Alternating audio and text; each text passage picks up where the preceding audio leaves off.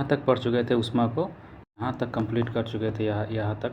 अब हम लोग को आगे पढ़ना था, जो कि हम लोग कट गया था वीडियो, तो बनाते हम लोग देखते हैं 294 पेज नंबर जो है, उष्मा से हम लोग आगे पढ़ते हैं। देखिएगा, पहले सेल्सियस पैमाने को सेंटीग्रेड पैमाना कहा जाता था। पहले जो सेल्सियस पैमाना था उसको सेंटीग्रेड कहा जाता था, अब तो उसको सेल्सियस कहने जाने लगा है। तो केल्विन में व्यक्त ताप में जो डिग्री है 0 जिस लिखा जाता है छोटा सा ऊपर में, ये नहीं लिखा जाता था। ये क्या होता था, ये केल्विन में न है ना, केल्विन में जो व्यक्त ताप में जो है उस डिग्री उस समय नहीं लिखा जाता था। और सॉरी नहीं लिखा जाता है। केल्विन में व्यक्त ताप में डिग्री नहीं लिखा जाता है। देखिए, पारा में -39 डिग्री सेल्सियस जैसा लिखा जाता था। इसमें निम्न ताप ज्ञात करने के लिए अल्कोहल तापमापी का प्रयोग किया जाता है। किस चीज़ का? पारा वाला में देखिएगा -39 डिग्री सेल्सियस पर जमता है। ये पारा वाला जो है, देखिए बहुत इंपॉर्टेंट क्वेश्चन है। पारा वाला थर्मामीटर जो है -39 डिग्री सेल्सियस पर ये जम जाता है। अतः इसमें निम्न ताप ज्ञात करने के लिए अगर इससे भी निम्न ताप अगर ज्ञात करना है ना, तो आपको अल्कोहल तापमापी का प्रयोग किया जाता है। अल्कोहल तापमापी में -115 डिग्री सेल्सियस पर जाके वो जमता है। समझ में आ रहा है ना? अल्कोहल बहुत पतला होता है, जिसकी वजह से वो -115 डिग्री सेल्सियस पर जाएगा, तब जाके अल्कोहल जमेगा। आप लोगों ने कभी सुना है अल्कोहल जमता है? नहीं जमता है।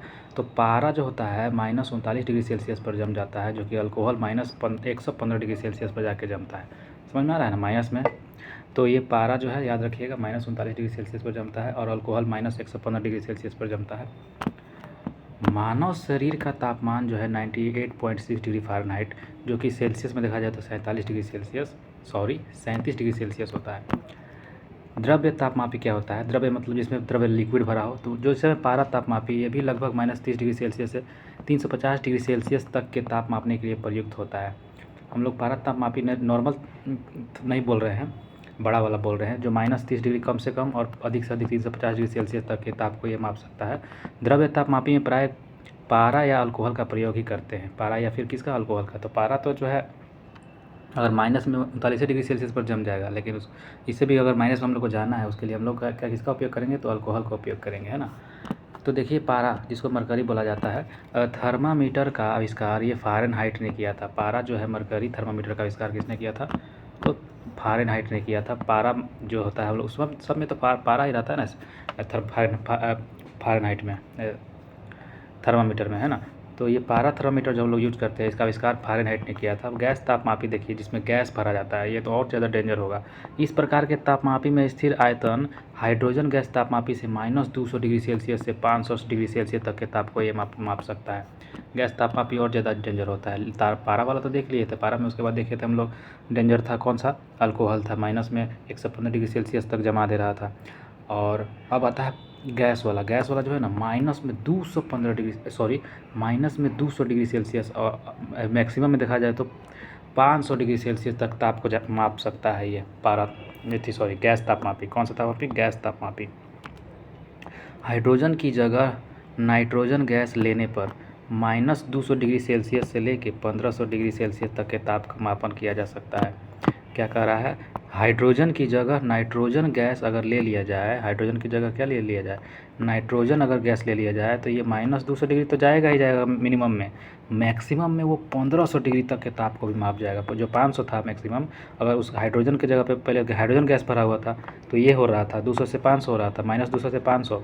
जब हाइड्रोजन की जगह पे अगर नाइट्रोजन भर दिया जाएगा ना, तो -200 डिग्री सेल्सियस से 1500 डिग्री सेल्सियस प्लस तक ये जाके माप सकता है नाइट्रोजन। समझ में आ रहा है नाइट्रोजन कितना भयानक है? नाइट्रोजन तापमापी। अब आता है प्लेटिनम प्रतिरोधी तापमापी। ये क्या होता है? देखिएगा, प्लेटिनम प्रतिरोधी तापमापी क्या होता है। तो इसके द्वारा -200 डिग्री सेल्सियस तो भाई है मिनिमम में, 1200 डिग्री सेल्सियस तक ये माप सकता है।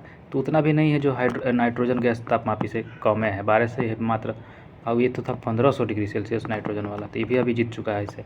प्लेटिनम प्रतिरोध तापमापी से कौन जीत चुका है? नाइट्रोजन गैस वाला। अब आता है ताप युग्म तापमापी। इसका उपयोग -200 डिग्री तो कम से कम है, ये है 1600 डिग्री सेल्सियस तक की ये तापों को माप सकता है। मतलब ये भी अब इसको हरा दिया, नाइट्रोजन गैस वाला जो तापमापी था उसको हरा दिया। कौन हरा दिया? तो ये ताप युग्म तापमापी, ठीक ना। 1600 डिग्री मैक्सिमम में ये जाकर ताप को माप सकता है, ताप युग्म तापमापी। अब आता है पूर्ण विकिरण तापमापी। आप लोगों ने देखा होगा टोटल रेडिएशन पायरोमीटर। इस तापमापी में दूर स्थित वस्तु के ताप को माप सकते हैं। मतलब हम लोग कोरोना काल में देख रहे थे ना, सिर पे बस लगा दे रहा था बंदूक जैसा और बता दे रहा था टेम्परेचर कितना है। तो यही है तापमापी, दूर स्थित वस्तु के ताप को माप सकता है, जैसे सूर्य का ताप। इसके द्वारा प्रायः 800 डिग्री सेल्सियस से ऊँचे ताप ही मापे जाते हैं। इससे जो है अब दूर का तापमान जो है तो प्लस में ही मापा जाएगा। जितना भी गर्म वाला है 800 डिग्री सेल्सियस से ऊपर वाला ताप को ही माप सकते हैं पूर्ण विकिरण तापमापी में, है ना। ये जो था ये तो था ही था जो बनाया गया था कोरोना काल में लेकिन नॉर्मल जो पूर्ण विकिरण वाला तापमापी जो होता है वो 800 डिग्री सेल्सियस से ऊँचे ताप को ही माप सकता है, मापे जाते हैं। इसके नीचे का ताप नहीं, क्योंकि इससे कम ताप का वस्तु ऊष्मीय विकिरण उत्सर्जित नहीं करती है। फिर भी पता नहीं कैसे बना दिया था यह तापमापी जो है। अच्छा, दूर वाला बहुत दूर होगा, तो सटा के हम लोग पास में रखते हैं ना, तो हो सकता है ये हो जाए। तो यह तापमापी स्टीफन के नियम पर आधारित है, जिसके अनुसार उच्च ताप पर किसी वस्तु से उत्सर्जित विकिरण की मात्रा इसके परम ताप के चतुर्थ घात के समान अनुक्रमानुपाती होती है। चलिए आगे बढ़ते हैं। डॉक्टरी तापमापी जो होता है, क्लिनिकल थर्मामीटर जो हम लोग यूज करते हैं, इसका आविष्कार सर थॉमस क्लिफोर्ड एल्बर्ट नामक वैज्ञानिक ने किया था। डॉक्टरी तापमापी का आविष्कार किसने किया था? Sir Thomas Clifford Albert. देखिए फ़ारेनहाइट का नाम मत ले लीजिएगा। जो डॉक्टरी तापमापी है इसका आविष्कार किया था सर थॉमस क्लिफोर्ड एल्बर्ट। इन्होंने डॉक्टरी थर्मामीटर का आविष्कार किया था। और इस तापमापी का परास जो था काफ़ी कम रखा गया था। क्यों? क्योंकि हम लोग शरीर का टेम्परेचर ही नापना था, कौन सा खौलता हुआ आग को नापना है। तो ये 35 डिग्री से लेकर 43 डिग्री सेल्सियस तक रखा गया था, अथवा 90 डिग्री फ़ारेनहाइट से लेकर 110 डिग्री फ़ारेनहाइट तक ये रखा गया था। फ़ारेनहाइट में कितना? 90 से 110, और सेल्सियस में कितना? 35 से 43, मात्र इतना ही रखा गया था। 35 डिग्री सेल्सियस से 43 डिग्री सेल्सियस शरीर का तापमान कितना होगा? इससे कम या ज़्यादा थोड़ी हो सकता है, चूँकि इससे ज्वर मापता है, इसीलिए इसको रखा गया था। तो डॉक्टरी तापमापी को कौन मापता है? सबसे बहुत important sir Thomas Clifford Albert नामक वैज्ञानिक ने डॉक्टरी तापमापी का आविष्कार किया था। सर थॉमस क्लिफोर्ड एल्बर्ट, ध्यान में रखिएगा, बार बार बता रहे हैं। सर थॉमस क्लिफोर्ड एल्बर्ट, है ना, सर थॉमस क्लिफोर्ड एल्बर्ट। अब देखिएगा, ये 90 से 110 डिग्री फ़ारेनहाइट है और 35 से कितना है? 43 है। 35 डिग्री सेल्सियस से था, अब 43 डिग्री, कितना से कितना पूछ देगा कि डॉक्टरी तापमापी में कितना से डिग्री से कितना डिग्री तक होता है? तो 35 डिग्री सेल्सियस से 43 डिग्री सेल्सियस तक होता है। कितना से कहाँ तक? 35 डिग्री से 43 डिग्री सेल्सियस तक होता है। और फ़ारेनहाइट में कहाँ से कहाँ तक? तो 90 से 110 तक होता है। चलिए आगे देखते हैं। इसीलिए इसे ज्वर मापी या डॉक्टरी तापमापी कहते हैं। इसमें 37 डिग्री सेल्सियस या फिर 98.4 डिग्री फ़ारेनहाइट पर लाल निशान बना होता है, जो मानव शरीर का सामान्य ताप का व्यक्त करता है। तो नेचुरल टेम्परेचर कितना होना चाहिए? तो 37 डिग्री सेल्सियस होना चाहिए सेल्सियस में, और फ़ारेनहाइट में कितना होना चाहिए? तो 98.4 डिग्री फ़ारेनहाइट होना चाहिए, 98.4 डिग्री फ़ारेनहाइट। और सेल्सियस में देखा जाए तो 37 डिग्री सेल्सियस होना चाहिए नॉर्मल टेम्परेचर शरीर का। आगे बढ़ते हैं। विशिष्ट ऊष्मा क्या होता है? Specific heat. तो किसी पदार्थ को विशिष्ट ऊष्मा मतलब स्पेशल ऊष्मा की वह मात्रा है जो उस पदार्थ के एकांक द्रव्यमान में एकांक ताप वृद्धि उत्पन्न करती है। एकांक द्रव्यमान में क्या करे? एकांक टेम्परेचर वृद्धि करे। तो इसे प्रायः सी द्वारा व्यक्त किया जाता है। विशिष्ट ऊष्मा का ऐसा मात्रक जूल पर किलोग्राम हो जाएगा। माइनस में 1 लगा है तो मतलब क्या हो गया? जूल पर किलोग्राम। इसको ऊपर ले जाएगा तो केजी माइनस हो जाएगा 1, ठीक ना। तो जूल पर किलोग्राम होता है। विशिष्ट ऊष्मा का ऐसा मात्रक क्या होता है? विशिष्ट ऊष्मा का ऐसा मात्रक जूल पर किलोग्राम होता है। जूल पर किलोग्राम, केल्विन पर केल्विन। देखिए कितना मस्त है। जूल पर किलोग्राम पर केल्विन होता है। जूल पर किलोग्राम पर केल्विन होता है। जूल पर किलोग्राम पर केल्विन, जूल पर किलोग्राम पर केल्विन होता है। इसीलिए माइनस में दोनों में 1 लगा हुआ है। जूल पर किलोग्राम पर केल्विन, मतलब कि ऊपर जूल रहेगा, नीचे में केल्विन भी रहेगा, और क्या रहेगा? किलोग्राम भी रहेगा, केजी भी रहेगा। तो ये दोनों ऊपर जाएगा तो माइनस में दोनों में 1 आ जाएगा, है ना। तो इसीलिए यहाँ पे लिखा है विशिष्ट ऊष्मा का ऐसा मात्रक जूल पर किलोग्राम केल्विन होता है। 1 ग्राम जल का ताप 1 डिग्री सेल्सियस बढ़ाने के लिए 1 कैलोरी ऊष्मा का आवश्यकता होती है।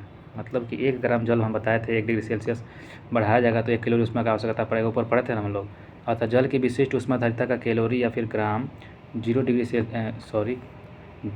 की विशिष्ट ऊष्मा स्पेशल ऊष्माधारिता का कैलोरी ग्राम डिग्री सेल्सियस होता है। जल की विशिष्ट ऊष्माधारिता अधिक होने के कारण वाहनों के रेडिएटर में इसका प्रयोग किया जाता है। किसका उपयोग किया जाता है? वाहनों के रेडिएटर में इसका उपयोग किया जाता है। तो सबसे अधिक विशिष्ट ऊष्माधारिता जो है वो हाइड्रोजन गैस की ही होती है। इसके बाद जल का होता है। सबसे ज़्यादा विशिष्ट ऊष्माधारिता मतलब ऊष्मा को धारण करने की जो क्षमता होता है सबसे ज़्यादा हाइड्रोजन गैस की होती है। हम लोग देखे थे 1500 तक चेक कर ले रहा था। और उसके बाद जल का होता है। चलिए, कुछ पदार्थों की विशिष्ट ऊष्माधारिता हम लोग देखते हैं। तो बर्फ़ का ऊष्माधारिता कितना है? बर्फ़ कितना ऊष्माधारिता कर सकता है? तो 2100 जूल पर किलोग्राम केल्विन। ये जो है बर्फ़ 2100 जूल किलोग्राम केल्विन क्या ऊष्माधारिता कर सकता है। पारा 140 है, लेड है 130, लोहा 460, केरोसिन तेल 210 और जल हमारा 4200। जल हमारा क्या है, जल सबसे ज़्यादा है जूल किलोग्राम केल्विन जल ऊष्मा धारिता करने का 4200 तक की ऊष्मा को अपना ग्रहण धारिता कर सकता है। तो धारिता में ना ऊष्मा को ग्रहण कर सकता है जल 4200 तक ये गर्म हो सकता है। बर्फ़ तो पिघल के सूख जाएगा, पारा उड़ जाएगा, लेड उड़ जाएगा, लोहा पिघल जाएगा, केरोसिन तेल। ध्यान रखिएगा, खाना बनाने वाले बर्तन में की विशिष्ट ऊष्मा धारिता निम्न होती है, जबकि ऊष्मीय चालकता उच्च होती है। खाना बनाने वाले जो बर्तन होते हैं उसकी विशिष्ट ऊष्मा धारिता जो होती है, विशिष्ट ऊष्मा धारिता ये कम होती है, जबकि ऊष्मीय चालकता क्या होती है, बहुत उच्च होती है। ऊष्मीय चालकता बहुत उच्च होती है। ऊष्मीय प्रसार देखिए क्या होता है, थर्मल एक्सपेंशन। किसी वस्तु को गर्म करने पर उसकी लंबाई, क्षेत्रफल एवं आयतन में वृद्धि होती है। किसी वस्तु को अगर गर्म करेंगे ना तो उसका लंबाई, क्षेत्रफल और आयतन में पूरा वृद्धि होगा। लंबाई में वृद्धि के माप रेखीय प्रसार गुणांक अल्फा, क्षेत्रफल की वृद्धि के माप क्षेत्रीय प्रसार गुणांक बीटा तथा आयतन वृद्धि का आयतन गुणांक गामा, इन तीनों का नाम हो गया द्वारा व्यक्त किया जाता है। जैसे में अल्फा बीटा गामा के संबंध में देखा जाए तो अल्फा बीटा गामा हमारा 1 2 3 हो गया, यहाँ पे बीटा हमारा 2a हो जाएगा, गामा हमारा लेमडा हमारा 3a हो जाएगा, है ना, गामा हमारा 3a हो जाएगा। तो ये सब तो क्वेश्चन आएगा नहीं, बस तापमान बढ़ने पर आयतन बढ़ता है, याद रखिएगा। तापमान बढ़ेगा तो आयतन बढ़ेगा, इसीलिए घनत्व अब घटता है। घनत्व क्या होता है, घनत्व मैंने घनापन उसका घटेगा, पिघलेगा, आयतन फैल जाए। मान के चलिए यहाँ इतना जगह है कुछ चीज़ गर्म किए तो फैल के इतना दूर में हो गया, वो फैल के इतना दूर में हो गया तो उसका आयतनवा तो बढ़िए गया ना, क्षेत्र आयतनवा जो बढ़िए गया, लेकिन घनत्वा उसका क्या हो जाएगा। अब पहले घन था, अब पिघल के पूरा चारों तरफ फैल गया तो उसका घनत्व तो घट गया ना, भले आयतन बढ़ गया उसका। तो यहाँ पे सूत्र बन गया घनत्व इक्वल टू द्रव्यमान बटा आयतन। घनत्व मतलब क्या होता है, कितना आयतन पर कितना द्रव्यमान लग रहा है वही हमारा घनत्व कहलाता है। कितना आयतन पर कितना द्रव्यमान लग रहा है वही हमारा घनत्व कहलाता है। जल का असामान्य प्रसार देखिए, असामान्य मतलब एकदम फैल जाना, अनगिनत फैल जाना। तो प्रायः सभी द्रव्य गर्म किए जाने पर आयतन में बढ़ जाते हैं, परंतु जब जल जो है 0 डिग्री से 4 डिग्री सेल्सियस तक गर्म करने पर, हम जब 0 से 4 डिग्री सेल्सियस तक गर्म करेंगे ना तो उसका आयतन पहले घटेगा। 0 से 4 तक जाएंगे, 0 डिग्री से 4 डिग्री तक, तो उसका जो आयतन है, मान के चलिए ये जल है तो ये पहले सिकुड़ेगा, इतना दूर है तो ये सिकुड़ के इतना होगा, 0 से 4 तक पहले सिकुड़ेगा तो घटेगा, तथा 4 डिग्री के बाद अगर गर्म फिर करते रह जाएंगे तो उसका आयतन बढ़ना, फिर उसका फिर आयतन बढ़ना शुरू हो जाएगा, फिर आयतन बढ़ना शुरू हो जाएगा जैसे जैसे गर्म करेंगे। इसका अर्थ यह है कि 4 डिग्री सेल्सियस पर जल घनत्व अधिकतम होता है। जल का घनत्व क्या होता है, अधिकतम। क्यों, क्योंकि सिकुड़ के वो 0 तक यहाँ तक आ गया, अब इससे अब आगे बढ़ाया जाएगा तो वो फिर फैलना शुरू हो जाएगा। तो याद रखिएगा, जल का जो है घनत्व सबसे अधिकतम कितना डिग्री पर होता है, 4 डिग्री सेल्सियस पर होता है। ऐसा नहीं है मान लीजिएगा 0 डिग्री सेल्सियस पर नहीं होता है, 0 डिग्री सेल्सियस बड़ा रहता है। जब सिकुड़ेगा कहाँ पे, 4 डिग्री सेल्सियस पर आके वो अपना पूरा कम से कम घनत्व को पालेगा। मतलब कम से कम घनत्व मतलब कि ज़्यादा घन हो जाएगा, अधिकतम घन हो जाएगा, ज़्यादा से ज़्यादा घन। अब इससे ज़्यादा घन नहीं हो सकेगा, अब और गर्म करेंगे तो अब फैलने लग जाएगा, बड़ा हो जाएगा और बड़ा हो जाएगा, है ना। तो याद रखिएगा। ठोस कार्बन डाइऑक्साइड क्या कह रहा है, ठोस कार्बन डाइऑक्साइड की सूखी बर्फ़ जिसको ड्राई आइस कहा जाता है, क्या कहा जाता है, ठोस कार्बन डाइऑक्साइड की सूखी बर्फ़ को ड्राई आइस कहा जाता है, क्योंकि यह समान बर्फ़ की तरह द्रव में परिवर्तित नहीं होती है। क्योंकि यह समान बर्फ़ की तरह द्रव्य में परिवर्तित नहीं हो जाती है। मतलब कि ठोस कार्बन डाइऑक्साइड को सूखा बर्फ़ कहा जाता है। क्यों, क्योंकि यह समान बर्फ़, नॉर्मल जो बर्फ़ है उसके तरह यह द्रव्य परिवर्तित नहीं होगा। ये द्रव्य में परिवर्तित होता है, नहीं होता है, बल्कि ये ठोस से सीधे गैस में परिवर्तित हो जाता है, इसीलिए इसको सूखा बर्फ़ कहा जाता है। पहले पानी नहीं बनेगा, डायरेक्ट हवा बन जाएगा, है ना। ठोस कार्बन डाइऑक्साइड देखिए, ऊष्मा का संचरण कैसे होता है। देखिए सबसे पहले ऊष्मा कैसे जाता है, तो देखिएगा लोहा में अलग टाइप के जाएगा, सबका अलग अलग नियम है। चलिए देखते हैं ऊष्मा का संचरण कैसे जाएगा। तो ऊष्मा का एक स्थान से दूसरे स्थान जाने की ऊष्मा का संचरण कहेंगे, गर्मी को। इसकी 3 विधियाँ होती है, देखिएगा। चालन है जिसको कंडक्शन कहा जाता है, संवहन है जिसको कन्वेक्शन कहा जाता है, और क्या है, विकिरण है जिसको रेडिएशन कहा जाता है। चालन के द्वारा ऊष्मा पदार्थ में एक स्थान से दूसरे स्थान तक पदार्थ के कणों को अपने स्थान में परिवर्तन किए बिना पहुंचा देती है। मान के चलिए लोहा है ये, तो यहाँ पे गर्म करेंगे तो धीरे धीरे यहाँ पे गर्म होगा, ये शटल वाला गर्म होगा, यहाँ पे गर्म होता है, तो यहाँ पे छुएगा तब ये गर्म हो जाएगा ना। तो इसका शटल ये था, इसके शटल ये था, इसके शटल ये था, इसके शटल ये था, यहाँ पे हम लोग आग जला दिए तो यहाँ पे गर्म होने लगेगा। तो यही हमारा चालन कहलाता है। इसका जो है चालन द्वारा कह रहा है कि ऊष्मा पदार्थ में एक स्थान दूसरे स्थान तक पदार्थ के कण जो है, ये कण जो है बीच वाला कण को अपने स्थान को परिवर्तन किए बिना ही वहाँ तक सटले है तो पहुँच जाएगा। अब ये जरूरी है कि यहाँ से यहाँ आ रहा है, यहाँ से आ रहा है, घुल मिल रहा है, नहीं ना घुल मिल रहा है, बस सटले है, गर्म होते होते यहाँ तक गर्म हो गया, तो इसीलिए कहते हैं चालन। अब आता है दूसरा संवहन। किसी विधि में ऊष्मा का संचरण पदार्थ के कणों के स्थानांतरण के द्वारा होता है। इसमें कण अब स्थानांतरित हो जाएगा। इस मतलब कि जैसे हम बता रहे थे, अब यहाँ पे कोई चीज़ है, इसका कण यहाँ पे आ जाएगा, इसका कण यहाँ पे आ जाएगा, इसका कण इसे घूमते मिलते रहता है। तो अब यहाँ भी गर्म होगा तो यहाँ कण वाला यहाँ आ गया तो इसको भी गर्म करेगा। यहाँ पे कण, वहाँ पे कण नहीं आ रहा था, चालन वाला में कण आ रहा था, नहीं आ रहा था, सटले था इसीलिए गर्म हो जा रहा था, और यहाँ पे कण आ रहा है, आ जा रहा है। इसको कहते हैं संवहन। देखिए किसी इस विधि में ऊष्मा का संचरण पदार्थ के कणों के स्थानांतरण के द्वारा होता है। इस प्रकार के पदार्थ के कणों के स्थानांतरण में धाराएं बहती है। धारा क्या होती है? बहती है, जिनमें संवहन धाराएं कहते हैं। इस विधि में ऊष्मा का हानि सबसे तेज होती है। इसमें ऊष्मा का हानि सबसे, देखिए मान के चलिए किस में देखेंगे तो पानी, ये हमारा टब है, इसमें पानी है, नीचे से गर्म कर दिए, इसको गर्म कर रहे हैं। तो अब क्या होगा, यहाँ पे गर्म हो रहा है, अब ये पनिया चल जाएगा ऊपर, ऊपर वाला पनिया आ जाएगा नीचे। तो अभी पनिया ऊपर, ऊपर वाला पनिया नीचे, तब क्या होगा, घुल घुल घुल घुल घुल करते करते वो सब पूरा गर्म हो जाएगा धीरे धीरे। तो इसी को कहते हैं संवहन, समझ में आया ना। लेकिन कंडक्शन किसको कहते हैं? चालन। वहाँ पे तो सटले था, सटले सटले जा रहा था गर्म एक सूर्य लाइन से। तो यही हमारा होता है संवहन। कह रहा है कि गैसों में द्रव्य की ऊष्मा का संचरण संवहन द्वारा ही होता है। देखिए गैस में भी ऐसे ही होगा। कोई भी गैस है, मान के चलिए इसमें गैस भर दिया गया है पूरा, यहाँ पे गर्म किया जाएगा तो यह गैस ऊपर जाएगा, ये वाला गैस वो नीचे आएगा, फिर ऊपर वाला नीचे, नीचे वाला ऊपर, ऐसे जाते तो पूरा धीरे धीरे गर्म हो जाता है गैस। तो गैस में भी, और द्रव्य जो बताए थे अभी पानी वाला, कोई भी द्रव्य हो गया, ऊष्मा का संचरण संवहन के द्वारा ही होता है। किसके द्वारा होता है? संवहन के द्वारा ही होता है। ध्यान रखिएगा, संवहन मतलब कन्वेक्शन, ठीक ना। गैस और द्रव्य में ऊष्मा का संचरण कैसे होता है? तो संवहन के द्वारा ही होता है।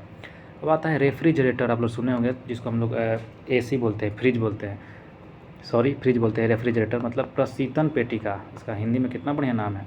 रेफ्रिजरेटर में प्रशीतन पेटिका ऊपर में होती है, मतलब फ्रीजिंग चेस्ट कहाँ होती है? ऊपर में होती है, ताकि रेफ्रिजरेटर का अन्य भाग संवहन के द्वारा ठंडी हो सके। संवहन मतलब ये हमारा रेफ्रिजरेटर हो गया, और यहाँ पे प्रशीतन पेटिका ठंडा करने वाला मशीन लगा रहता है, ठीक। क्योंकि ऊपर का ठंडा नीचे आएगा, नीचे का ऊपर जाएगा, फिर नीचे आएगा, फिर नीचे का ऊपर जाएगा, ऐसे करके वो संवहन के माध्यम से पूरा फ्रिज को ठंडा करेगा। यदि रेफ्रिजरेटर के दरवाजे कुछ घंटों के लिए खोले छोड़ दिया जाए ना, तो पूरा कमरे का टेम्परेचर बढ़ जाएगा, ठीक ना। ये ध्यान में रखिएगा, यहाँ से क्वेश्चन आता है। वायुमंडल संवहन विधि के द्वारा ही गर्म होता है। संवहन मतलब नीचे जाना, फिर नीचे वाला ऊपर जाना, तो हम लोग जानते हैं इसी को संवहन कहते हैं। तो वायुमंडल संवहन विधि के द्वारा ही क्या होता है? तो गर्म होता है, ध्यान में रखिएगा। विकिरण सबसे स्पेशल क्यों है? विकिरण जो है ना, रेडिएशन जिसको बोला जाता है, इसमें कोई माध्यम की जरूरत नहीं है, ऊपर जाए चाहे नीचे जाए, वो सब कुछ नहीं। यहाँ पे सूरज है, यहाँ पर धरती है, तो यहाँ पे कोई माध्यम थोड़ी है आने जाने के लिए, ना हवा है, लेकिन वो डायरेक्ट विकिरण के माध्यम से हमारा सूर्य का हमारा क्या कर देता है? हमारा पृथ्वी को गर्म कर देता है। मान के चलिए यहाँ पे सूर्य है ना, यहाँ पे पृथ्वी है, और पृथ्वी के 1 2 3 4 5 गो लेयर है। यहाँ तक थोड़ी कुछ हवा पानी है, यहाँ तो हवा पानी नहीं है, लेकिन फिर भी यहाँ तक आ रहा है उसका गर्माहट, और फिर यहाँ पे लेयर सब फाड़ते हुए सब हम लोग धरती तक मिल रहा है उसका जो गर्माहट। तो कैसे मिल रहा है? तो रेडियो विकिरण के कारण नहीं मिल रहा है। देखिएगा, इस विधि में ऊष्मा गर्म वस्तु से ठंडी वस्तु की ओर बिना किसी माध्यम की सहायता के, कर रहा है ना, बिना किसी माध्यम की सहायता से तथा बिना माध्यम को गर्म किए प्रकाश की चाल में सीधी रेखा में संचरित होती रहती है। यह ऊष्मा संचरण की सबसे तेज विधि होती है, तीव्र विधि होती है संचरण करने का, जाने का। सूर्य की ऊष्मा जो है पृथ्वी तक विकिरण विधि के, इसी विधि के द्वारा ही पहुँचती है। समझ में आया ना। चलिए आगे तो हम लोग तीनों को देख लिए। कंडक्शन जो साथ साथ जा रहा था, संवहन मतलब ऊपर नीचे वाला जो है, विकिरण हमारा जो है बिना माध्यम से पहुंच जा रहा था सूर्य वाला। अब क्या है ये कृष्णिका विकिरण क्या होता है? कृष्णिका विकिरण तो पहली बार हम भी देख रहे हैं। देखिएगा, जब किसी ठोस पदार्थ को गर्म किया जाता है तब उससे विस्तृत परास, विस्तृत मतलब निकलने वाला, फैलने वाला, विस्तृत परास वाले तरंग दैर्ध्यों के विकिरण उत्सर्जित होते हैं। उदाहरण के लिए, जब किसी लोहे की छड़ को भट्ठी में गर्म करेंगे ना, तब उसका रंग पहला लाल होगा। क्या होगा? पहला हल्का हल्का लाल होना शुरू होगा। हम लोग देखे होंगे आप लोग, जैसे जैसे ताप और बढ़ाता जाएगा वैसे वैसे वो अधिक और लाल हो जाएगा। लेकिन जब इसे और गर्म किया जाएगा तब इसमें निकलने वाले विकिरण का रंग अब सफ़ेद हो जाएगा, लाल से सफ़ेद हो जाएगा। कैसा हो जाएगा? लाल से सफ़ेद हो जाएगा, एकदम सफ़ेद हो जाएगा। और जब ताप बहुत अधिक हो जाता है, मतलब पूरा अधिक हो जाएगा, मतलब और भी गर्म किया जाए, पहले लाल था, लाल से सफ़ेद हो गया, और गर्म किया जाए, तब यह नीला कलर का दिखाई देने लगेगा। समझ में आ रहा है ना। तो ये मत समझ लीजिएगा नीला है तो बहुत ठंडा होगा, छू लेते हैं। समझिए कि 100 गुना गर्म है लाल से। पहले सफ़ेद हुआ, सफ़ेद से नीला हो गया, नीला मतलब बहुत ज़्यादा गर्म है। तो इसका अर्थ है कि ताप में जो वृद्धि होती है, इसके साथ साथ उत्सर्जित जो विकिरण है, निकलता है उसमें से जो विकिरण, आवृत्ति निम्न से उच्च होती जाती है। जाहिर सी बात है, विद्युत चुंबकीय स्पेक्ट्रम में जो है लाल रंग कम आवृत्ति वाले होते हैं और नीला रंग अधिक आवृत्ति वाले क्षेत्र में होता है, ध्यान रखिएगा। यह एक ऐसा आदर्श पिंड जो हर प्रकार की आवृत्ति के विकिरणों को उत्सर्जित तथा अवशोषित करता है। कृष्णिका तथा ब्लैक बॉडी कहलाता है। कृष्णिका मतलब अच्छा ब्लैक बॉडी सबको क्या कर लेगा, सोख लेता है, अवशोषित करने का काम करता है।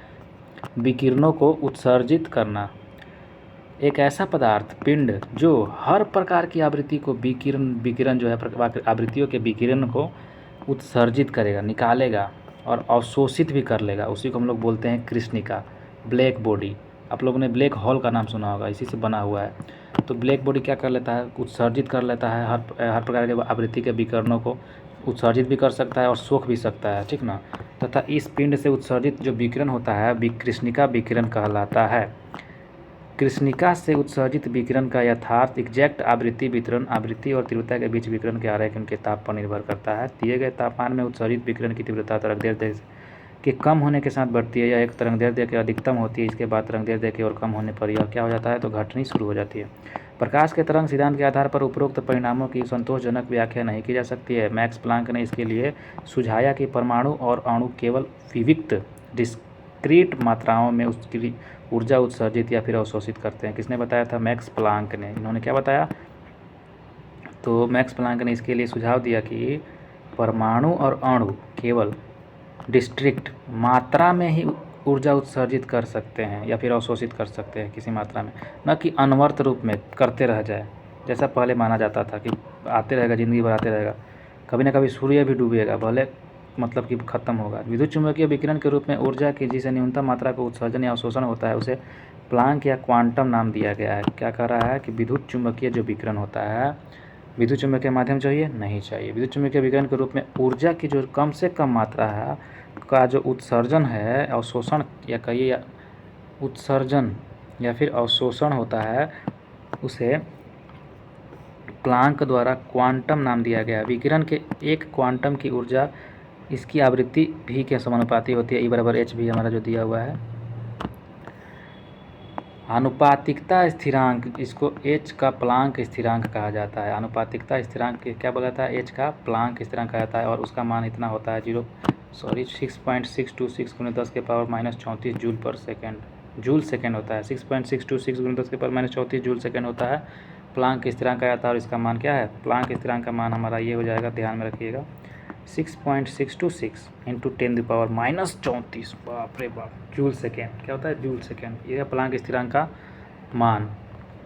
आशा करते हैं यहाँ तक आपको समझ में आया होगा। अब देखिए न्यूटनवा बाबा क्या दिया है, न्यूटन ने अपना शीतलन नियम दिया हुआ है। कैसा नियम दिया हुआ है, कूलिंग लो दिया हुआ है न्यूटन ने। देखिए न्यूटन का शीतलन क्या कहता है, तो समान अवस्था में रहने पर विकिरण द्वारा किसी वस्तु के ठंडे होने की दर वस्तु तथा उसके चारों ओर के माध्यम के तापांतर के अनुक्रमणपाती होती है।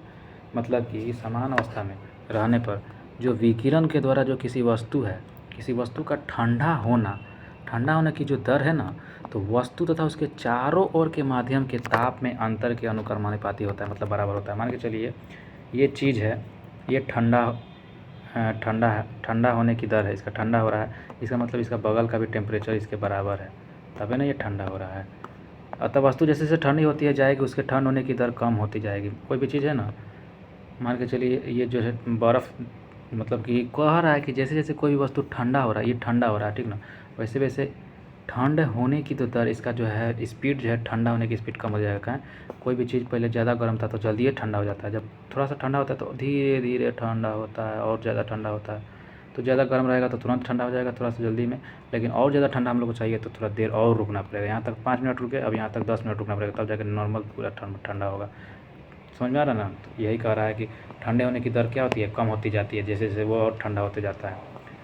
नोट में देखिए क्या कह रहा है, देखिएगा, विकिरण द्वारा की दर वस्तु और उसके आसपास के वातावरण के तापांतर के साथ वस्तु के पृष्ठ प्रकृति और पृष्ठ क्षेत्रफल पर भी निर्भर करता है। कृष्ण पिंड, ब्लैक बॉडी, वही हम लोग जो कृष्णिका देख रहे थे क्या था, तो जो पिंड या वस्तु अपने पृष्ठ पर आपतित संपूर्ण विकिरण को पूर्णतः सोख ले, वही हमारा कृष्ण पिंड कहलाता है। काली वस्तु ऊष्मा का अच्छा अवशोषक होता है, इसीलिए इसका नाम भी रखा गया है कृष्ण पिंड। काली वस्तु जो होता है ना, ऊष्मा सोखने का अच्छा अवशोषक होता है, इसीलिए सर्दियों के काला और गहरा रंग कपड़ा पहनना जाता है, क्योंकि वो गर्मी रखता है सोख के। सफ़ेद और हल्का रंग जो है कपड़ा का, ऊष्मा का बुरे अवशोषक होते हैं, मतलब वो सोख नहीं पाते हैं, इसीलिए उन्हें हम लोग गर्मियों में पहनते हैं। गर्मी में उजला कपड़ा पहनना चाहिए, जिससे क्या होगा, गर्मी कम लगेगा, है ना, क्योंकि वो सोख नहीं पाएगा गर्मी को। किरचॉफ का नियम, किरचॉफ का नियम क्या कहलाता है? किरचॉफ, किर्कहॉफ, किर्कहॉफ, किर्कहॉफ का नियम, किरचॉफ बोल सकते हैं हम लोग, किरचॉफ बोलते हैं, लेकिन इसका स्पेशल बढ़िया किर्कऑफ नाम है इसका, किरचॉफ का लॉ। इसके अनुसार अच्छे अवशोषक या अच्छे उत्सर्जक होते हैं, किरचॉफ का लॉ। अंधेरे कमरे में यदि एक काली और एक सफ़ेद वस्तु को समान ताप पर गर्म करके रखा जाए तो काली वस्तु अधिक विकिरण उत्सर्जित करेगी, अतः काली वस्तु अंधेरे में अधिक चमकेगी। समझ में आ रहा है ना? काली वस्तु चमकते चमकेगी, उजल का नहीं चमकेगा। गर्म करके रखा जाएगा तब, क्योंकि वो टेम्परेचर छोड़ रहा है, उत्सर्जित कर रहा है विकिरण, रेडिएशन, गर्मी। स्टीफन का नियम क्या है? Stefan's law. तो किसी वस्तु की उत्सर्जन क्षमता ई उसके परम ताप टी के चौथे घात के अनुपाती होता है, अर्थात ई हमारा क्या हो जाएगा? समानुपाती T4 हो जाएगा, जहाँ ई हमारा एक नियतांक, जहाँ हमारा क्या है, ये लेमडा बोलते हैं, डेला क्या बोलते हैं इसको, कुछ बोलते होंगे। यह एक नियतांक है जिसे स्टीफन नियतांक कहते हैं। थॉमस प्रभाव देखिए, थॉमसन का प्रभाव, यह एक संवाहक और तापक्रम परिवर्तन के कारण इसके विभिन्न परिवर्तन होता है। इस घटना को थॉमसन प्रभाव कहते हैं। बढ़िया बढ़िया सब दिया हुआ है एकदम। अवस्था परिवर्तन तथा गुप्त ऊष्मा, change in the state and latent heat. देखिए, निश्चित टेम्परेचर पर पदार्थ का एक अवस्था से दूसरी अवस्था में परिवर्तित होना, ये अवस्था परिवर्तन कहलाता है। उसका अवस्था क्या रहा है? बदल जा रहा है एक में दूसरे से। अवस्था परिवर्तन के पदार्थ का ताप नहीं बदलता है। अवस्था परिवर्तन में पदार्थ का जो है टेम्परेचर नहीं बदलता है, उसका खाली उसका जो अवस्था बदलेगा, टेम्परेचर तो वही रहेगा। टेम्परेचर से क्या मतलब है? टेम्परेचर की वजह से बदल रहा है। देखिए, त्रिक बिंदु क्या होता है? त्रिक बिंदु वह बिंदु जिस पर तीनों अवस्थाएं ठोस, तरल और गैस तीनों एक साथ पाई जाए, वही त्रिक बिंदु कहलाएगा। ठोस भी, तरल भी और गैस भी तीनों एक के साथ पाया जाएगा, वह अवस्था को कहता है त्रिक बिंदु। समझ में आया? ठोस, तरल, गैस एक ही साथ पाया जाएगा, जिसको त्रिक बिंदु कहेंगे। गलनांक क्या होता है? तो निश्चित टेम्परेचर पर ठोस का द्रव्य में बदल जाना गलन कहलाता है, तथा इसी निश्चित ताप को ठोस का गलनांक कह देते हैं। गल गया मतलब गलनांक, गल गया मतलब ताप में वैसे वो ठोस से द्रव्य में गल गया, पिघल गया, उसको गलनांक बोलेंगे। हिमांक मतलब होता है जमना। तो निश्चित ताप और द्रव्य पर ठोस में बदलना हिमीकरण कहलाता है, इस निश्चित ताप को द्रव्य का हिमांक कहते हैं, जमना को हिमांक कहते हैं। ये सब क्या दिया हुआ है? प्रायः गलनांक और हिमांक बराबर होता है।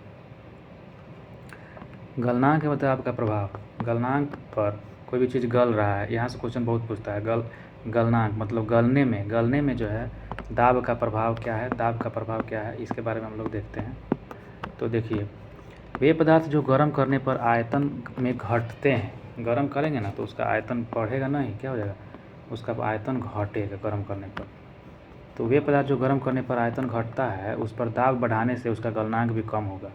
जिसका आयतन घट रहा है गर्म करने पर, अगर उस पर दाब बढ़ाएंगे तो उसका गलनांक भी कम होगा। जैसे ऐसे याद रखिए, का है बर्फ़ जो है, मान के चलिए इसको हम लोग अगर बर्फ़ हम लोग जानते हैं ना, बर्फ़ को गर्म किया जाएगा ना तो उसका आयतन घटेगा। इतना बड़ा है, इसमें हवा भी ठूसल है, अब वो पिघलेगा तो हवा तो निकल गया, अब पानी बचेगा इतना सा, तो इसका जो है आयतन क्या हो गया? आयतन घट गया। आयतन पहले इतना था, अब घट गया, इतना हो गया पानी। इसमें हवा जो था बिंदु बिंदु बिंदु बिंदु बर्फ़ में वो तो निकल गया, ऊपर बचा उसका पनिया, तो आयतनवा तो घटा ना उसका जी। तो उस पर दाब अगर अब इस पर दाब बढ़ाने, सॉरी इस पर नहीं, इस पर दाब अगर बर्फ़ पे बढ़ाया जाएगा तो उसका गलनांक क्या हो जाएगा? गलना, उसका गलना, गलनांक मतलब उसका गलना भी कम हो जाता है। क्या होता है? गलना कम हो जाता है। अगर दाब इस पर बढ़ाया जाएगा ना तो ये गलना इसका भी कम हो जाएगा, धीरे धीरे गलेगा, है ना। ध्यान रखिए, जैसे बर्फ़, ढलवा लोहा, बिस्मत, ये सब क्या है? बर्फ़, ढलवा लोहा, बिस्मत, ये सब गर्म करने पर इसका आयतन कम होता है, ठीक है, और दाब बढ़ाने पर इसका गलनांक भी कम होगा। जब गर्म करने पर आयतन कम हो रहा है तो दाब बढ़ाने पर भी इसका गलनांक भी कम होगा, याद रखिएगा। वे पदार्थ जो गर्म करने पर आयतन बढ़ जाता है, उस पर दाब बढ़ाने से उसका गलनांक भी बढ़ जाता है, जैसे नारियल का तेल, घी है, धातु के प्लेट, ये सब है। अब ये सब पदार्थ जितना भी है ना, गर्म किया जाएगा तो उसका आयतन बढ़ जाएगा। नारियल तेल ले लीजिए, उसको गर्म करिए, देखिए पिघल के कितना सारा हो जाएगा, तो उसमें हवा नहीं रहता है, ठीक है ना। चाहे घी हो गया, घी में भी हवा नहीं रहता, पिघल के ज़्यादा हो जाएगा, इतना सा घी पिघल के इतना हो जाएगा। तो यही कह रहा है, उसका आयतन क्या हो रहा है? बढ़ रहा है। पदार्थ पे जो गर्म करने पर आयतन बढ़ जाते हैं और उस पर दाब लगाया जाएगा तो उसका गलनांक भी बढ़ जाएगा, जल्दी उसका गल जाएगा, ठीक है ना। धातु का प्लेट, ये सब ध्यान में रखिएगा। गलनांक पर अशुद्धियों का प्रभाव, सामान्यतः अशुद्धि मिलाने से गलनांक कम हो जाता है। अशुद्धि मिला देंगे, कचरा भर देंगे उसमें, तो उसका गलनांक क्या हो जाएगा? कम हो जाएगा, जल्दी नहीं गलेगा। जैसे 0 डिग्री सेल्सियस पर पिघलती बर्फ़ में कुछ नमक डाल दीजिए, सोडा मिला दीजिए, तो वो जल्दी करेगा नहीं, उसका गलनांक 0 डिग्री से घट के अब -22 डिग्री सेल्सियस पे चल जाएगा। याद रखिएगा। यहाँ से क्वेश्चन पूछता है कि अगर बर्फ़ में नमक मिला दिया जाए, पिघलती बर्फ़ में कुछ नमक मिलाने से उस बर्फ़ का गलनांक 0 डिग्री सेल्सियस से घट के -22 डिग्री सेल्सियस तक जाकर रुक जाएगा। पहले 0 डिग्री पर गल जा रहा था, अगर नमक मिला देंगे तो उसमें क्या हो गया, वो अशुद्धि हो गया नमक चाहे सोडा। अब क्या हो जाएगा, वो -22 डिग्री सेल्सियस पर जाकर पिघलेगा, तो मस्त ढेर दिन तक रह जाएगा। तो क्या होता है ना, जितना भी जो है फ्रिज वाला जो नहीं रख पाते हैं, मान के चलिए जो बर्फ़ हम लोग गाँव यार में देखते हैं, तो हम लोग खाते हैं तो हल्का हल्का नमकीन लगता है। क्यों नमक, उसमें नमक डाला रहता है बर्फ़ में हल्का हल्का। क्यों डाल, इसीलिए कि वो पिघले नहीं जल्दी, लेट से पिघले, तो -22 डिग्री सेल्सियस तक वो पिघलेगा तब तक। तो इसीलिए उसमें अशुद्धि मिला जाता है नमक। ऐसे मिश्रण को हिम मिश्रण कहते हैं। हिम मिश्रण मतलब बर्फ़ वाला मिश्रण कहते हैं। इस मिश्रण को उपयोग कुल्फ़ी, देखिए कह दिया ना, कुल्फ़ी, आइसक्रीम आदि बनाने में किया जाता है। ज़्यादा देर तक वो गलेगा नहीं, धीरे धीरे गलेगा। -22 डिग्री सेल्सियस पर जाके तब जाके वो गलेगा धीरे धीरे। तो क्वथनांक देखिए, जिसको बॉइलिंग पॉइंट कहते हैं। निश्चित ताप पर द्रव्य का वाष्प में बदलना वाष्पन कहलाता है तथा इस निश्चित ताप पर द्रव्य का क्वथनांक कहते हैं। संघनन क्या होता है, क्वथनांक मतलब वही बॉइलिंग पॉइंट, मतलब गर्म होना, कितना में वाष्प बन उड़ जा रहा है। संघनन देखिए, बाद निश्चित ताप पर वाष्प का द्रव्य में बदल जाना। वाष्प जो उड़ रहा है हवा से, वो क्या हो जाएगा, वो द्रव्य में, लिक्विड में बन जाएगा, और वही बादल बन जाता है, आप लोग जानते होंगे। तो इसी को हम लोग संघनन कहते हैं। मतलब कि निश्चित टेम्परेचर पर वाष्प जो है द्रव्य में बदल गया, बूंदू बूंदू बूंदू बूंदू वाष्प जो है किस में, द्रव्य में बदल गया, उसको हम लोग क्या बोल लेते हैं, संघनन।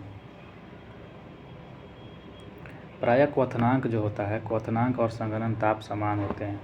क्वथनांक मतलब खौलना, और संघनन, ये जो ताप क्या होता है, समान होता है, बराबर होता है।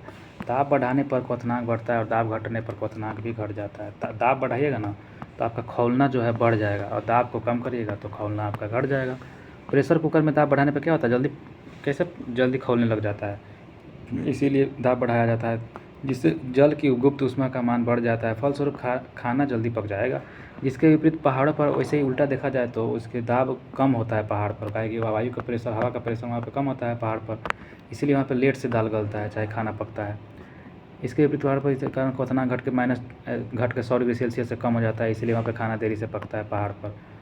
अशुद्धि मिलाने से भी द्रव्य भी क्वथनांक बढ़ता है। अशुद्धि मिला दिया जाएगा तभी द्रव्य में क्या हो जाएगा, क्वथनांक उसका बढ़ जाएगा। देखिए अशुद्धि मिला दिया जाएगा, पानी में कुछ उल्टा पुल्टा डाल देंगे तो उसका जो है खौलना वाला क्वथनांक उसका जो है बढ़ जाएगा।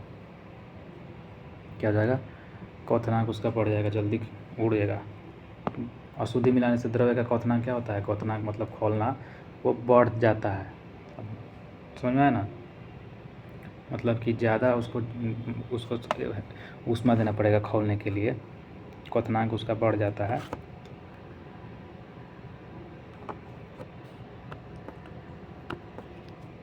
ज़्यादा मतलब क्वथनांक बढ़ जाए, मतलब उसका वाष्पीकरण, मतलब कि खौलना उसका जो हो गया वो बढ़ जाता है।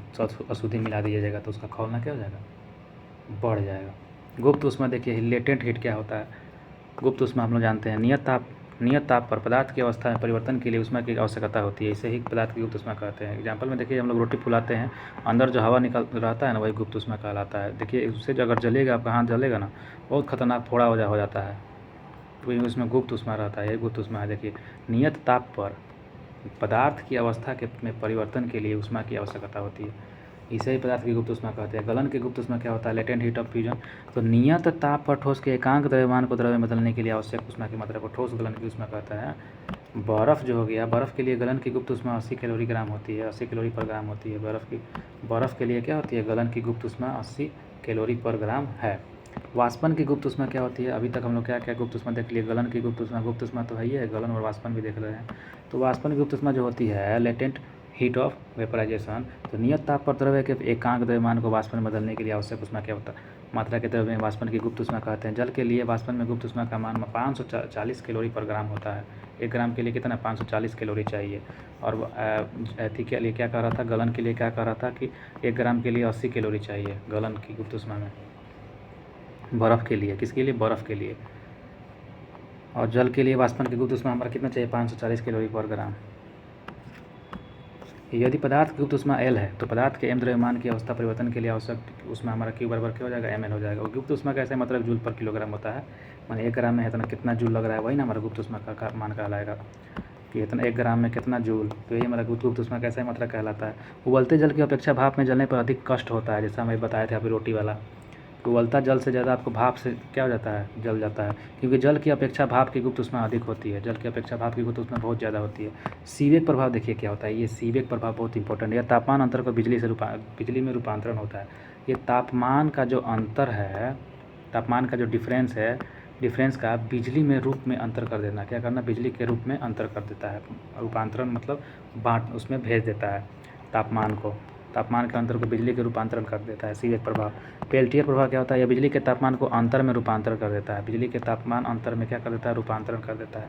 वाष्पीकरण ये छोड़िए, सीबेक पेल्टियर खुद हमें को समझ में नहीं आया। वाष्पीकरण क्या होता है, देखिए वेपराइजेशन, द्रव्य के खुली सतह से प्रत्येक ताप पर धीरे धीरे द्रव्य के अपने वाष्प में बदलना वाष्पीकरण कहलाता है, सबको पता है। अथवा किसी द्रव्य में उसके क्वथनांक से पूर्व उसके वाष्प में बदलने की प्रक्रिया को वाष्पीकरण कहेंगे। खौलने से पहले वाष्पीकरण होगा, ठीक ना, उसी को कहते हैं वाष्पीकरण। मतलब कि क्वथनांक मतलब खौलने के पूर्व उसके वाष्प में बदलने की प्रक्रिया को वाष्पीकरण कहते हैं। जब तापमान उच्च हो, अब तापमान ज़्यादा हो जाए और द्रव्य पृष्ठ क्षेत्रफल अधिक हो, तो द्रव्य के पृष्ठ से वाष्पीकरण तेजी में होने लगेगी। प्रशीतक मतलब होता है रेफ्रिजरेटर। प्रशीतक में वाष्पीकरण द्वारा ठंडक कूलिंग उत्पन्न की जाती है। तांबे की एक वाष्प जो कुंडली में द्रव्य जो है फ्रियोन गैस भरा जाता है। प्रशीतक में रेफ्रिजरेटर में कौन सा गैस होता है, फ्रियोन भरा रहता है। और यही जो है तांबे की एक वाष्प कुंडली में फ्रियोन गैस भरा जाता है, यह वाष्पीकृत होकर ठंडक उत्पन्न कर देता है। ऐसी जो हो गया। अपेक्षित द्रव्यता रिलेटिव ह्यूमिडिटी क्या होता है, अपेक्षित आर्द्रता रिलेटिव ह्यूमिडिटी, किसी दिए हुए ताप पर वायु के किसी आयतन पर उपस्थित जलवाष्प की मात्रा तथा उसी ताप पर उसी आयतन की वायु को संतृप्त करने के लिए आवश्यक जलवाष्प की मात्रा के अनुपात को हम लोग क्या कहते हैं, अपेक्षित आर्द्रता कहते हैं। इस अनुपात में 100 से गुना करते हैं, क्योंकि अपेक्षित आर्द्रता के प्रतिशत में व्यक्त किया जाता है, इसकी कोई इकाई नहीं होती है। अपेक्षित आर्द्रता मापने के लिए हाइग्रोमीटर का नामक यंत्र इस्तेमाल किया जाता है। अपेक्षित आर्द्रता का मापक क्या है, हाइग्रोमीटर है, बस इतना याद रखिए। आप आर्द्रता को मापा जाता है हाइग्रोमीटर से। हाइग्रोमीटर, हाइड्रो नहीं, हाइग्रो। नियत जलवाष्प पर ताप बढ़ने पर अपेक्षित आर्द्रता RH घट जाती है। ओस बनने के लिए 100% अपेक्षित आर्द्रता होनी चाहिए। ओस बनने के लिए 100% अपेक्षित आर्द्रता होनी चाहिए। वातानुकूलन को एयर कंडीशनिंग, सामान्यतः मनुष्य के स्वास्थ्य और अनुकूल जलवायु के लिए निम्न परिस्थितियाँ होनी चाहिए। कितना होना चाहिए, तो ताप होना चाहिए 23 डिग्री से 25 डिग्री सेल्सियस। हम लोग रहता कितना है, 30-35। अपेक्षित आर्द्रता 60 से 65 डिग्री के बीच होना चाहिए। अपेक्षित आर्द्रता कितना होना चाहिए, 60 से 65 के बीच। वायु की गति 0.75 मीटर पर मिनट से लेकर 2.5 मीटर पर मिनट तक होना चाहिए नॉर्मल। चलिए बहुत हो गया, आगे देखते हैं ऊष्मागतिकी, थर्मोडायनेमिक, बहुत इंपॉर्टेंट है। ऊष्मागतिकी का प्रथम नियम क्या कहलाता है, देखिएगा। ऊष्मागतिकी का मतलब ही हो गया ऊष्मा का गति, और ये पहला नियम में क्या कह रहा है, ऊष्मागतिकी का प्रथम नियम मुख्यतः ऊर्जा संरक्षण को प्रदर्शित करता है। किसको, ऊर्जा को संरक्षण करना, उसको प्रदर्शित करता है ऊष्मागतिकी का पहला नियम। और इस नियम के अनुसार किसी निकाय की दी जाने वाली ऊष्मा 2 प्रकार के कार्यों में व्यय होती है। निकाय की आंतरिक ऊर्जा में वृद्धि करने में, जिससे निकाय का ताप बढ़ता है, बाह्य कार्य करने में। दूसरा क्या, बाह्य कार्य करने में। पहला कह रहा है कि निकाय की आंतरिक ऊर्जा में वृद्धि करने में, जिससे निकाय का ताप बढ़ता है। दूसरा बाह्य कार्य करने में। ये जो है व्यय जो है 2 प्रकार के कार्यों में ये खर्च होता है। एक निकाय के आंतरिक ऊर्जा वृद्धि करने में, दूसरा बाहर का कार्य करने में ये खर्च होता है, ठीक ना। इस नियम के अनुसार ऐसा कहा जा रहा है। ऊष्मा जो है 2 कार्य में व्यय करता है, खर्च करता है। अब देखिए समतापी प्रक्रम, आइसोथर्मल प्रोसेस। जब किसी निकाय में कोई परिवर्तन इस प्रकार हो कि निकाय का ताप पूरी प्रक्रिया में स्थिर रहे, ताप स्थिर रहे, और उस परिवर्तन का समतापी परिवर्तन कहते हैं। उसका समताप मतलब सम मतलब टेम्परेचर एकदम बराबर रहे, स्थिर रहे, तो उसको समतापी परिवर्तन कहेंगे पूरी प्रक्रिया में। रुद्धोष्म प्रक्रम क्या कहेंगे, एडियाबेटिक प्रोसेस। तो यदि किसी निकाय में कोई परिवर्तन इस प्रकार हो कि पूरी प्रक्रिया के दौरान निकाय न तो बाहरी माध्यम को ऊष्मा दे और ना ही उसमें कोई ऊष्मा ले, तो उसे हम लोग रुद्धोष्म परिवर्तन कहेंगे। ना ले रहा है ना दे रहा है, तो इसको रुद्धोष्म प्रक्रिया कह रहे हैं। ताप से बराबर है तो उसको समतापी कहेंगे, ना लेगा ना देगा, उसको रुद्धोष्म परिवर्तन कहेंगे, है ना। कार्बन डाइऑक्साइड तथा अचानक प्रसार होने पर वह शुष्क बर्फ के रूप में बदल जाती है, यह रुद्धोष्म परिवर्तन कहलाता है। कार्बन डाइऑक्साइड जो है अचानक प्रसार निकालने पर क्या हो जाएगा, बर्फ बन जाता है। इसी को हम लोग रुद्धोष्म परिवर्तन का एग्जाम्पल समझ सकते हैं। रुद्धोष्म परिवर्तन का एग्जाम्पल आप समझ सकते हैं इसमें बाहर के माध्यम से ऊष्मा ना ले रहा है ना उसको दे रहा है, और रुद्धोष्म में परिवर्तन हो जा रहा है। रुद्धोष्म में क्या होता है, उसमें परिवर्तन हो जा रहा है। तो यही कार्बन डाइऑक्साइड का जो है बर्फ़ बन जा रहा है, यही परिवर्तन रुद्धोष्म में परिवर्तन कहलाता है। ऊष्मागतिकी का दूसरा नियम समझते हैं। ऊष्मागतिकी का दूसरा नियम, तो ऊष्मागतिकी का प्रथम नियम तो देख लिए थे, ऊष्मा के प्रवाहित होने की दिशा नहीं बताता है। ऊष्मा के प्रथम नियम ऊष्मा के प्रवाहित होने की दिशा नहीं बताता है। ऊष्मागतिकी का द्वितीय नियम जो है ये ऊष्मा को प्रवाहित होने की दिशा को व्यक्त करता है कि प्रवाहित हो रहा है किस दिशा में हो रहा है, तो दिशा को व्यक्त करता है। इस नियम के दो कथनों के रूप में व्यक्त किया जा सकता है जो निम्न है। पहला देखिए, केल्विन का कथन के अनुसार, केल्विन जो थे उन्होंने कहा था कि ऊष्मा का पूर्णतया कार्य में परिवर्तन असंभव है। कोई भी हीट है, ऊष्मा है, उसका पूरा कार्य में बदलना एकदम असंभव है। कोई भी कार्य ऊष्मा को पूरा नहीं बदल सकते, कुछ तो गायब ही हो जाएगा, कुछ तो वो गायब उड़ जाएगा आसमान में। तो क्लासियस के कथन के अनुसार ऊष्मा अपने कम ताप की वस्तु से अधिक ताप की वस्तु की ओर प्रवाहित नहीं हो सकती है। कम से कभी भी अधिक में नहीं जाएगा, अधिक से न कम में आएगा, ये क्लासियस बोले थे।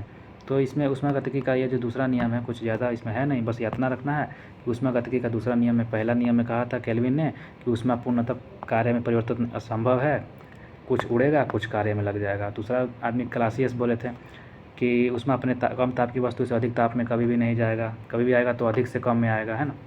तो ये ऊष्मागतिकी का दूसरा नियम में दो व्यक्ति बोले थे, केल्विन और क्लासियस। और हम लोग समतापीय रुद्र प्रक्रम ये हम लोग किस में देखे थे, ऊष्मागतिकी का प्रथम नियम में देखे थे। समतापीय समझिए गए थे, बराबर समताप परिवर्तन रहेगा, परिवर्तन में क्या रहेगा, सम टेम्परेचर बराबर रहेगा, समतापी रहेगा। और रुद्धोष्म में क्या रहेगा, न देगा ना लेगा, जैसे में कार्बन डाइऑक्साइड का जो है बर्फ़ बन जाना है हमारा रुद्धोष्म परिवर्तन का उदाहरण है। आशा करते हैं यहाँ तक आपको समझ में आ गया होगा। थैंक यू दोस्तों, मिलते हैं नेक्स्ट वीडियो में।